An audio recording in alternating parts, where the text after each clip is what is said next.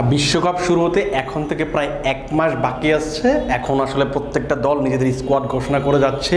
এখন যদিও বাংলাদেশ স্কোয়াড ঘোষণা করেনি, স্কোয়াড নিয়ে তো আমরা আসলে আলোচনা করছিলাম, স্কোয়াডের কোন দল কাদের নিয়ে যাচ্ছে বিশ্বকাপে সেগুলো তো অবশ্যই আলোচনা করছিলাম। কিন্তু এর আগে আমরা অন্য একটা টপিক নিয়ে একটু আলোচনা করে নিচ্ছে। সেই আলোচনার টপিকটা হচ্ছে যে বাংলাদেশ যেহেতু ডি গ্রুপে আছে এবং সেই ডি গ্রুপে সাউথ আফ্রিকা আছে, শ্রীলঙ্কা, নেদারল্যান্ডস এবং নেপাল আছে, এদের বিপক্ষে বাংলাদেশকে মূলত খেলতে হবে। এখন ব্যাপারটা হচ্ছে যে অনেকের ক্ষেত্রে হয়তো এই যেহেতু 20 দলের খেলা শেষে গ্রুপ পর্বে 4টা গ্রুপ রয়েছে, সেখান থেকে সুপার 8-এ যাবে, সেখান থেকে সেমিফাইনাল এবং ফাইনাল। আসলে মানে এই সিস্টেমটা আসলে কীভাবে সাজানো, বাংলাদেশ আসলে যদি কোয়ালিফাই করে গ্রুপ পর্ব পেরিয়ে সেখানে বাংলাদেশের খেলাটা আসলে কাদের বিপক্ষে পড়তে পারে সেই সম্ভাব্য একটা আলোচনা করব। আমরা বলে নিচ্ছি যে 20টা দল, প্রত্যেকটা গ্রুপ 4টা গ্রুপ রয়েছে মোট, সেখানে 5টা করে দল রয়েছে প্রত্যেকটা গ্রুপে। বাংলার যে গ্রুপ রয়েছে সেখানে হচ্ছে ডি গ্রুপ। আমরা দলগুলো কে কে আছে সেটা আমরা বলে নিলাম। কিন্তু এই যে 20 দলের খেলা হবে সেখান থেকে মোট 8টা দল পরবর্তী রাউন্ডে যাবে, অর্থাৎ 20 দল থেকে 12টা দল নিজেদের দেশের বিমান ধরবে এবং 8টা দল সুপার 8-এ খেলবে। এই সুপার 8-এর সিস্টেমটা আসলে কেমন, সেখানে আসলে কী ধরনের সিস্টেম রাখা হচ্ছে, কে কাদের বিপক্ষে খেলবে সেটাও কিন্তু আসলে আগে থেকে নিশ্চিত করে দেওয়া হয়েছে। আমরা যদি একটু দেখে নিই যে ওইখানে গিয়ে সুপার 8-এ গিয়ে 2টো গ্রুপ হবে, সেখানে যেহেতু 8টা দল যাবে 4টা করে 2টো গ্রুপ হবে এবং কোন গ্রুপে কোন দল যাবে, একটা গ্রুপের নাম হচ্ছে গ্রুপ 1 এবং একটা গ্রুপের নাম হচ্ছে গ্রুপ 2। এখন আমরা যদি দেখে নিই যে সেখানে কাদের খেলার সম্ভাবনা রয়েছে, আমরা যদি গ্রুপ এতে দেখি, গ্রুপ 1 যেটা, সেখানে হচ্ছে গ্রুপ এর চ্যাম্পিয়ন, আপনার বি গ্রুপের রানার্স আপ এবং সি গ্রুপের চ্যাম্পিয়ন এবং ডি গ্রুপের রানার্স আপ। এখন ব্যাপারটা হচ্ছে যে এটা আসলে রানার্স আপ আর চ্যাম্পিয়ন কে হবে সেগুলো আসলে ম্যাচগুলো যখন হয় তারপরে আসলে বিবেচনা করা হয়। কিন্তু আসলে আইসিসি লাস্ট কয়েক বছর ধরে আমরা দেখছি যে তারা একটা ফিক্সড করে দিচ্ছে যে তারা এই দলগুলো যদি কোয়ালিফাই করে তারা A1 হবে, এই দল যদি কোয়ালিফাই করে তাহলে হচ্ছে বি মানে A2 হবে। এটা যদি ফিক্সড করা, বাংলাদেশের ক্ষেত্রে বাংলাদেশের গ্রুপের ক্ষেত্রে যদি বাংলাদেশ আসলে কোয়ালিফাই করে সেক্ষেত্রে বাংলাদেশ D2 হিসেবে কোয়ালিফাই করবে। আর এখানে যদি শ্রীলঙ্কা, নেদারল্যান্ডস কিংবা হচ্ছে সাউথ আফ্রিকা, আমরা আসলে সাউথ আফ্রিকাকে ধরেই আসলে কথাটা বলা হচ্ছে যে সাউথ আফ্রিকা D1 হবে, অর্থাৎ গ্রুপ চ্যাম্পিয়ন হয়ে তারা খেলবে হচ্ছে গ্রুপ 2-তে এবং বাংলাদেশ কিংবা শ্রীলঙ্কা যে আসলে কোয়ালিফাই করুক না কেন সেখানে তারা হবে D2 হিসাবে। এখন ব্যাপারটা হচ্ছে বাংলাদেশের কোয়ালিফাই করা কতটা কঠিন বা কতটা সহজ আপনারা আসলে কীভাবে দেখছেন।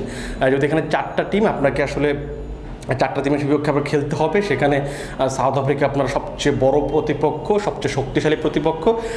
বাংলাদেশের পার্সপেক্টিভ যদি আমরা আলোচনা করি, সাউথ আফ্রিকা হারানোটা আসলে অনেক বেশি কঠিন। আমরা ধরে নিচ্ছি যে সাউথ আফ্রিকার সাথে বাংলাদেশ জয় পাবে না, এটা আমরা ধরে নিচ্ছি আপাতত। আরও যে বাকি 3টা দল আছে সেখানে নেপাল, নেদারল্যান্ডসের বিপক্ষে আমরা সবশেষ বিশ্বকাপে আমরা হেরেছি, মানে আমি ওয়ানডে বিশ্বকাপের কথা বলছি। কিন্তু তারপর আমার কাছে মনে হয় যে এই T20 বিশ্বকাপে আমরা এই 2টো দলের বিপক্ষে নিশ্চিতভাবেই জিতে যাব। অর্থাৎ যদি নিশ্চিতভাবে জিতে যাই সেক্ষেত্রে আমাদের পয়েন্ট হবে 4 পয়েন্ট। এদিকে যদি ধরুন সাউথ আফ্রিকা যদি প্রত্যেকটা দলের সঙ্গে জিতে যায় তাহলে আপনার তাদের পয়েন্ট হবে 8 পয়েন্ট, মানে 4টা দলের বিপক্ষে যদি তারা জিতে যায় তাহলে হচ্ছে 8 পয়েন্ট। এখানে শ্রীলঙ্কাকে যদি আমরা ধরি, শ্রীলঙ্কা যদি সাউথ আফ্রিকার সাথে জিততে না পারে এবং তারা যদি নেদারল্যান্ড এবং নেপালের বিপক্ষে খুব সহজেই জিতে যায় সেক্ষেত্রে কিন্তু তাদেরও 4 পয়েন্ট হবে, আমাদেরও 4 পয়েন্ট হবে। এখন ব্যাপারটা হচ্ছে যে বাংলাদেশের প্রথম ম্যাচটাই আসলে শ্রীলঙ্কার বিপক্ষে, অর্থাৎ এই ম্যাচটা কিন্তু খুবই ভাইটাল। এই ম্যাচে যারা জয় পাবে তারা কিন্তু একটা অ্যাডভান্টেজ পাবে। অর্থাৎ অ্যাডভান্টেজটা কেন পাবে, আপনি নেদারল্যান্ডস এবং নেপালের বিপক্ষে ম্যাচ দুটো জিতবেন, বাংলাদেশও জিতবে, শ্রীলঙ্কা হয়তো জিতে যাবে, তাহলে হচ্ছে 4 পয়েন্ট যদি থাকবে এই 2 দলের বিপক্ষে, তারা যারা জিতবে তারা কিন্তু 6 পয়েন্ট নেওয়ার সুযোগ পাবে। অর্থাৎ এই ম্যাচটাই সবচেয়ে ভাইটাল। অর্থাৎ আমার কাছে যেটা মনে হয়, বাংলাদেশ যদি প্রথম ম্যাচে শ্রীলঙ্কাকে হারাতে পারে তাহলে বাংলাদেশ অনায়াসে সুপার 8-এ যাবে এবং সুপার 8-এ গেলে বাংলাদেশ আসলে কাদের বিপক্ষে খেলবে এখানে একটা বড় প্রশ্ন আপনার তৈরি হতে পারে। এখানে আপনার বাংলাদেশে খেলার সুযোগ আছে। সেখানে আমরা যদি ধরে নেই যে অস্ট্রেলিয়া এবং ইংল্যান্ড তাদের গ্রুপ থেকে কোয়ালিফাই করেছে, ভারত এবং পাকিস্তান তাদের গ্রুপ থেকে কোয়ালিফাই করেছে এবং নিউজিল্যান্ড এবং ওয়েস্ট ইন্ডিজ তাদের নিজস্ব গ্রুপগুলো থেকে কোয়ালিফাই করেছে, তাহলে কিন্তু বাংলাদেশের খেলার সম্ভাবনা হবে। যেহেতু গ্রুপ 1-এ থাকবে, গ্রুপ 1-এ খেলার সম্ভাবনা রয়েছে অস্ট্রেলিয়া, ভারত এবং নিউজিল্যান্ডের বিপক্ষে খেলার সুযোগ আছে। অর্থাৎ আপনি যদি এই গ্রুপ পর্বটা শ্রীলঙ্কা হারিয়ে আসলে পেরিয়েও যান সেক্ষেত্রে আপনার জন্য একটা বড় চ্যালেঞ্জ মানে অপেক্ষা করছে। সেখান থেকে আসলে এই 4টা দল থেকে যে কোনো 2টো দল সেমিফাইনালে যাবে, সেখান থেকে আসলে ফাইনালে যাবে। এখন বাংলাদেশ যদি শ্রীলঙ্কাকে হারাতে পারে তাহলে সবচেয়ে বড় যে ব্যাপারটা হবে যে আপনি অস্ট্রেলিয়া, ভারত কিংবা নিউজিল্যান্ড কিংবা আপনি আরও যারা আছে তাদের বিপক্ষে আপনি খেলার সুযোগটা পাচ্ছেন। এটা আপনি কতটা ক্যাপিটালাইজ করতে পারবেন সেটা আসলে অনেক পরের ব্যাপার। আপাতত এই সম্ভাবনাগুলো থাকছে। বাংলাদেশ আসলে কতদূর যাবে, সবার আগে আসলে বাংলাদেশকে গ্রুপ পর্বটা পেরোতে হবে। আর সেখানেই সবচেয়ে বড় ব্যাপারটা হচ্ছে যে সবচেয়ে বড় ম্যাচ, আমি আফ্রিকার ম্যাচটাকে এত বড় করে দেখছি না, কারণ হচ্ছে আফ্রিকার কাছে আমরা হেরে যাবো, এটা খুবই স্বাভাবিক ব্যাপার। কিন্তু আমরা এই যে প্রথম যে ম্যাচটা হবে সেই ম্যাচটা যদি আমরা জিততে পারি, শুধু আমরা গ্রুপ পর্ব বেরোবো না, আমাদের ভারতের সাথে অস্ট্রেলিয়ার সাথে খেলার সুযোগও তৈরি হবে।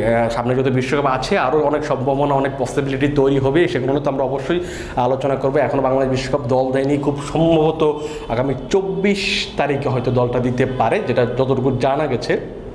এর আগে যদি হয় তাহলে অবশ্যই দল নিয়ে কথা হবে। আর সে পর্যন্ত আমরা ভালো থাকুন, সুস্থ থাকুন এবং ক্রিক ফ্রেঞ্জির সাথেই থাকুন।